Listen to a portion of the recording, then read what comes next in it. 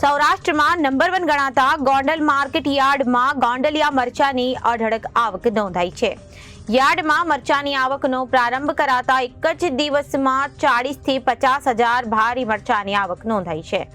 મરચાની આવક પહેલા જ યાર્ડ બહાર 3 થી 4 કિલોમીટર મરચા ભરેલા વાહનોની કતારો જોવા મળી હતી। સૌરાષ્ટ્રમાં નંબર 1 ગણાતા ગોંડલ યાર્ડમાં ગોંડલિયા મરચાની અઢળક આવક નોંધાઈ છે। યાર્ડમાં મરચાની આવકનો પ્રારંભ કરતા એક જ દિવસમાં 40 થી 50 હજાર ભારી મરચાની આવક નોંધાઈ હતી। મરચાની આવક પહેલા જ યાર્ડ બહારથી 3 થી 4 કિલોમીટર મરચા ભરેલા વાહનોની કતારો જોવા મળી હતી। મરચાના હજીરામાં 20 કિલોના રૂપિયા 1500 થી લઈને 3000 રૂપિયા આવક નોંધાઈ છે। ગોંડલ પથકમાં માવઠાના માર વચ્ચે ગત વર્ષ કરતા વર્ષ મરચાના પોષણક્ષમ ભાવો ન મળતા હોવાની ફરિયાદ પણ દાખલ થઈ છે। ગોંડલ માર્કેટ યાર્ડમાં રાજસ્થાન, મધ્યપ્રદેશ અને સહિતના અન્ય રાજ્યોમાંથી વેપારીઓ આવ્યા હોવાની માર્કેટ યાર્ડમાં મરચાની અઢળક આવક થતા હાલ પૂરતી મરચાની આવક બંધ થઈ ગઈ છે। મારું ગામ ગોંડલ તાલુકાનું પાટીદળ ગામ, દીપકભાઈ માવજીભાઈ વરસાણી। અને મરચાની વાત કરી તો મરચા વાવેતર કરેલ છે 20-22 વીઘાનું અને 50% માલ હે ને ફોરવર્ડ થઈ છે।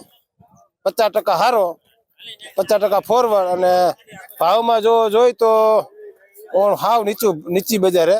2200 ડાગી વાળું મરચું હોય ને એટલે 2200 અને વધારે ફોરવર્ડ નીકળે એટલે ખેડૂતને વધારે નુકસાની છે। આજે સમગ્ર ભારતમાં ગોંડલનું જે મરચું ફેમસ છે એ ગોંડલિયા મરચાની આજે આવક કરવામાં આવી હતી। સમગ્ર સૌરાષ્ટ્રના ખેડૂતો મરચા લઈ અને ગોંડલ માર્કેટિંગ યાર્ડમાં લઈને આવ્યા હતા ત્યારે અંદાજિત 50,000 ભારીની આજે ગોંડલ માર્કેટિંગ યાર્ડમાં મરચાની આવક થઈ હતી। અત્યારે મરચું ખરીદવા સમગ્ર ભારતમાંથી જ્યારે વેપારી આવતા હોય ત્યારે અમે અલગ અલગ કંપનીઓને મેલ કરી અને એક્સપોર્ટરને પણ અત્યારે બોલાવવામાં આવ્યા છે।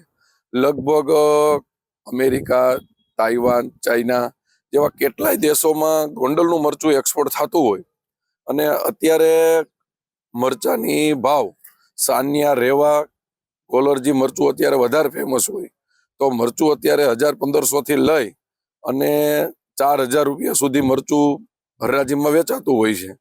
જ્યારે અમે ખેડૂતોને આપણા માધ્યમથી ખાસ વિનંતી કરી છે કે કોઈ ઉતાવળ મરચાની ન કરે અને પોતાએ મહા મહેનત કરેલું મરચું જો સુકાવીને લઈ આવે તો એમને ભાવ પણ સારો મળે અને ક્વોલિટી પણ મળે તો એના હિસાબે એને ભાવ સારો મળે।